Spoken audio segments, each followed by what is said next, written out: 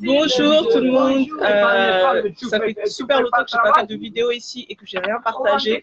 Vous êtes nombreux à suivre et j'ai entendu parler d'une histoire il n'y a pas très longtemps d'une femme je crois qu'elle a 54 ans, 58 ans, c'est ça? D'une femme qui a 58 ans, qui tient une boulangerie à Levallois-Perret depuis 14 ans, 13-14 ans, et qui vit des situations de racisme au quotidien, mais vraiment au quotidien. Et en fait, ça a choqué beaucoup de personnes. Ça a choqué beaucoup de personnes parce que c'était un live qui a été fait vraiment à vif, où elle a pu partager ce qu'elle ressentait et le genre d'insultes qu'elle vivait. Moi, je suis surtout venue parce que je me demandais, j'avais envie d'en savoir plus sur cette personne, j'avais envie de découvrir son histoire. Et quelque chose qui est vraiment super intéressant, c'est que les gens viennent de partout d'Île-de-France pour acheter chez elle et pour lui montrer leur soutien. Justement, là, je vois des personnes qui sont venues. Tout à l'heure, il y avait un monsieur qui est venu avec sa fille, je crois qu'il est venu du 78, juste pour acheter une baguette et pour acheter un croissant et pour montrer aussi à sa fille qu'ils ne soutiennent pas ces actes, ils ne soutiennent pas ce genre de choses. Et moi, aujourd'hui, j'avais envie de parler à cette femme. Ça ne va pas être très long, juste pour lui demander, qu'est-ce qui fait qu'on tient en fait? Qu'est-ce qui fait qu'au bout de 13 ans, on habite dans une ville où on a l'impression qu'on n'est pas forcément bienvenu et on continue et on reste là. J'avais vraiment envie de savoir ça. Qu'est-ce qui fait qu'on reste là en fait? Pourquoi est-ce qu'on continue ça malgré tout? Parce qu'on pourrait partir, on pourrait se dire, vaut mieux que j'aille voir ailleurs dans une autre ville. Pourquoi est-ce qu'on reste malgré tout? Et j'avais envie de vraiment comprendre ça. Il y a aussi son mari à qui j'aimerais poser quelques questions s'il veut bien, pour voir comment est-ce que lui, en tant que mari, en tant qu'époux, comment est-ce qu'il fait pour soutenir sa femme au quotidien, comment est-ce que lui vit la chose, d'autant que c'est un mariage mixte, donc c'est d'autant plus intéressant d'avoir ces deux aperçus. En attendant qu'elle revienne, je vais poser quelques questions aux gens qui sont autour s'ils veulent bien. Il y a un jeune homme qui était là. Tu veux pas parler? Oh, bon, en tout cas, tu as posé une question super intéressante. Il y a un jeune homme qui était là, il est lycéen, je crois. Il est lycéen dans les parages. Et il a demandé en fait à la dame si les personnes qui venaient faire ces actes de racisme au quotidien, donc ça peut être des insultes, ça va être des remarques, c'est pas mal de choses, si parmi ces personnes, il y avait des jeunes de son âge, s'il y avait des jeunes lycéens.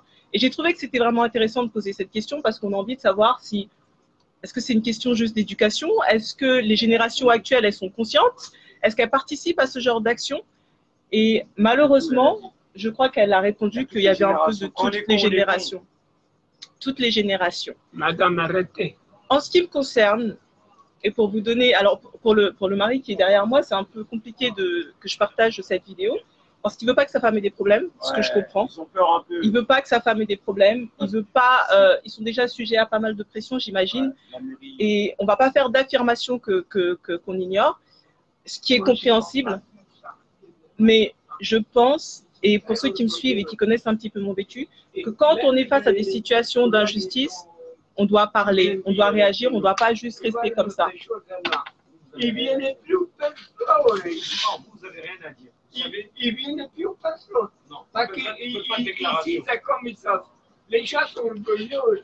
Il dit qu'on me va parler, les femmes, peur des représailles. Le messieurs, il va parler sur l'internet de nous, qui sommes les meilleurs. Oui, on a compris. Ça, il faut faire attention. Oui, mais le problème. Moi, je n'aime pas du tout faire ça. Je comprends. Je ne vous filme pas, là, vous inquiétez pas. Vous m'avez dit de pas vous filmer, je suis pas en train de vous savez le combat que vous menez. Madame, pardon. Vous savez le combat que vous menez.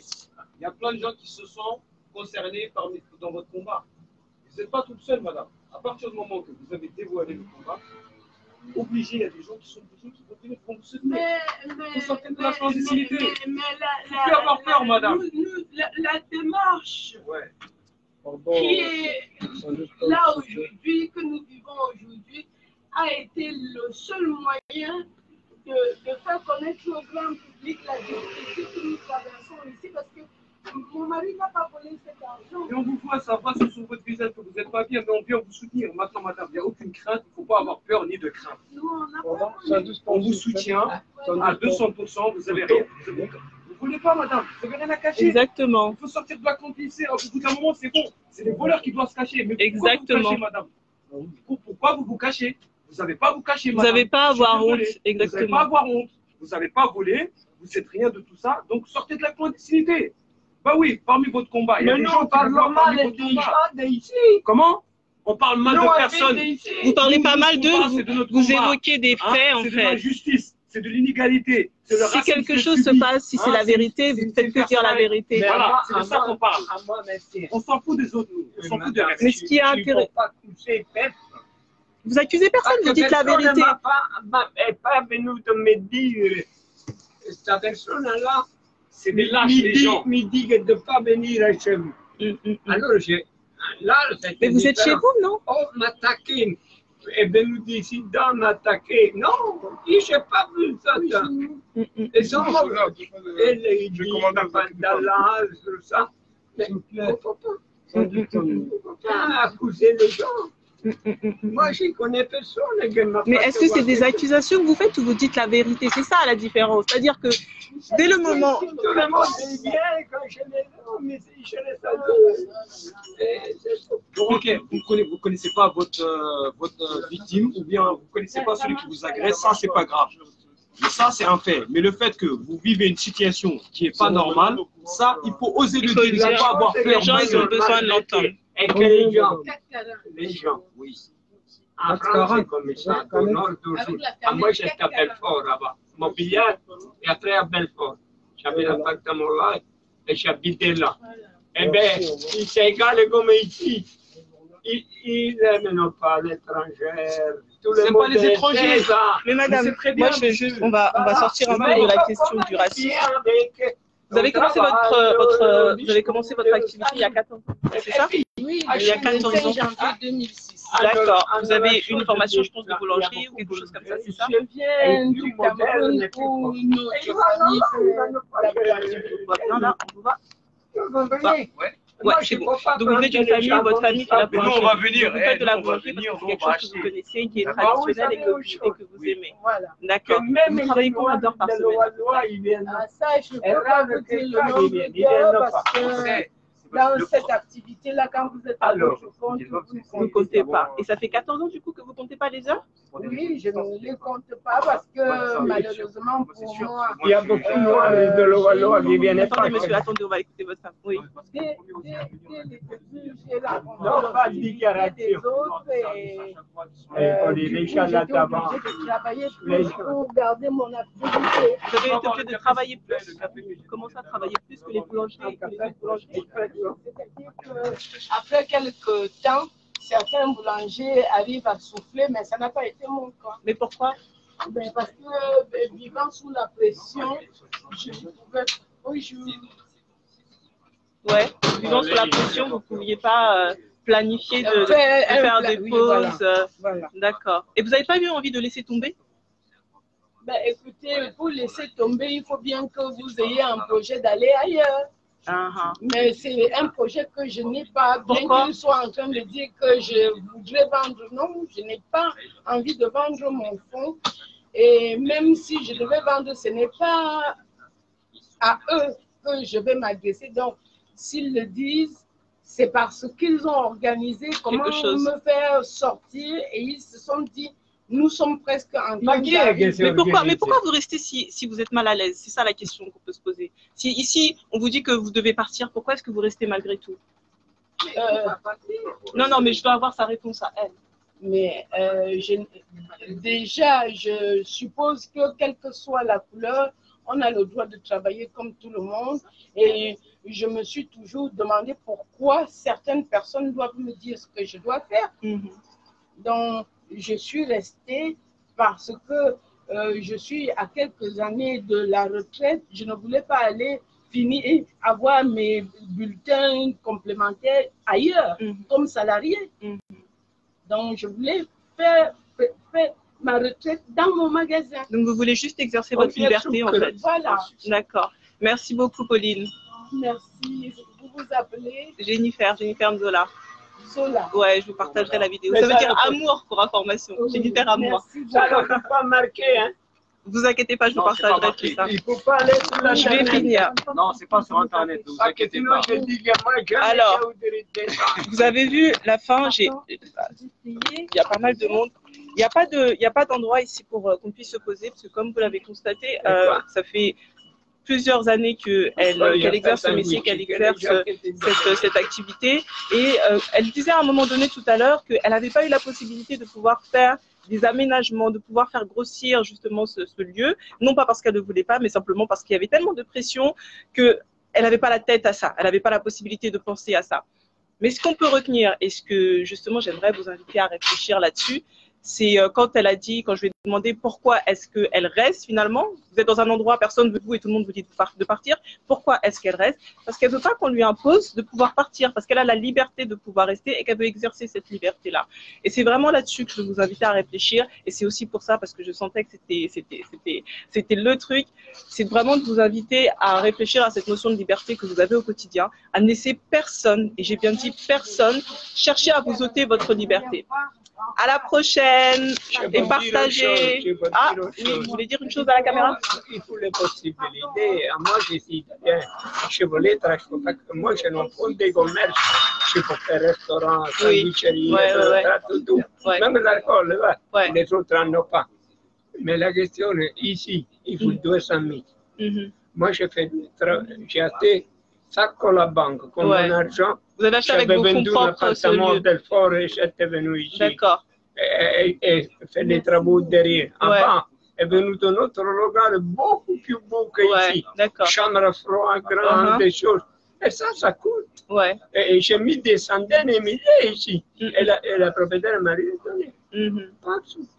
C'est tout à nous. Et quand je parle, naturellement aussi, qui a fait, reconnaît comme il est.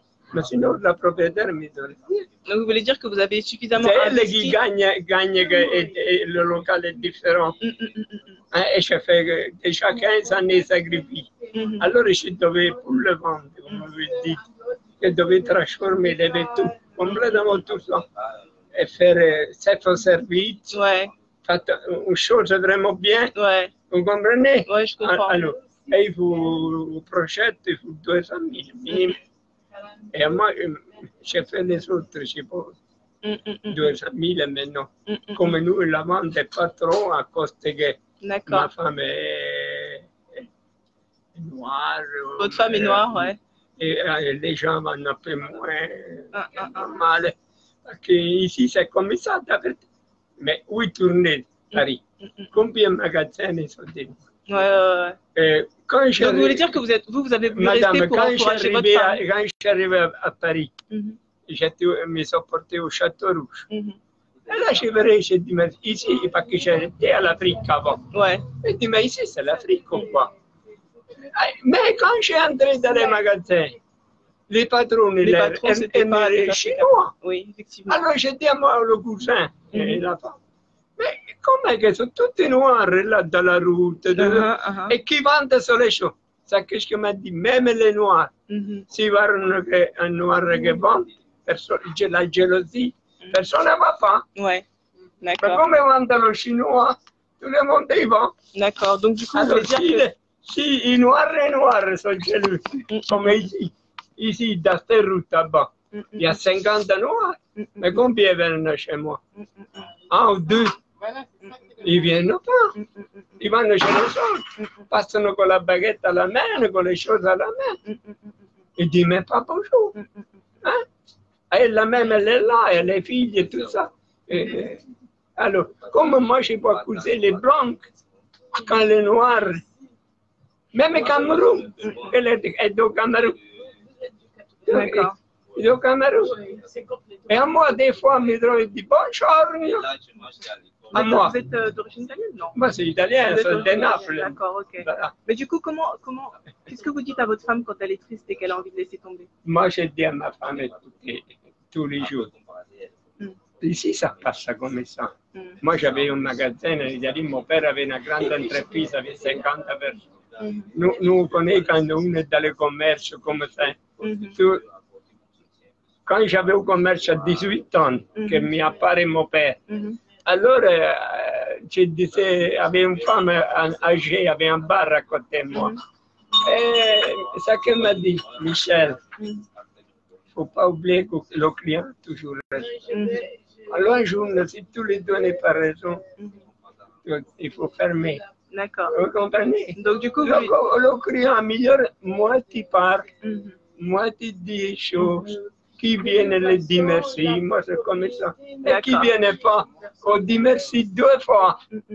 Et ça pour juste quand tu peux.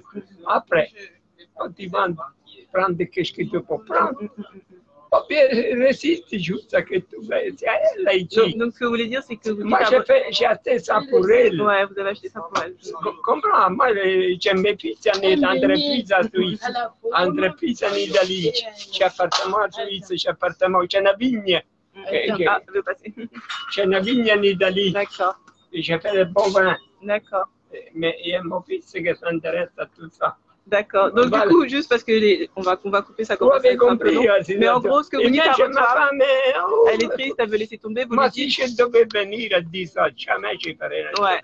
Mais aujourd'hui, vous lui dites, du coup, quand elle veut laisser tomber, vous lui dites quoi? Alors, vous lui dites, on continue parce que le client, il revient. C'est ça? Qu'est-ce que vous lui dites? Bon, l'a fait, je suis content quand même, parce qu'il l'a tenu dedans. Elle a ça dedans. À un bon moment, dedans fait mal à la personne. Elle a dit, elle a sorti.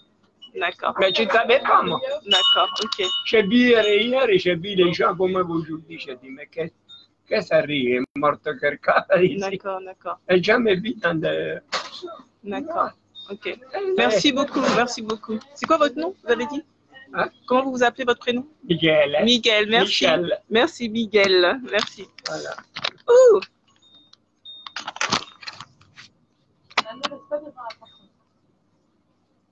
Don't tell me it's down. Ah, voilà, alors, super, désolé. Donc, j'avais planifié de couper, et puis finalement, le mari qui ne voulait pas parler avait des choses à dire. Partagez cette vidéo, partagez ce que ça vous inspire aussi, et à très bientôt. Ciao. Oui,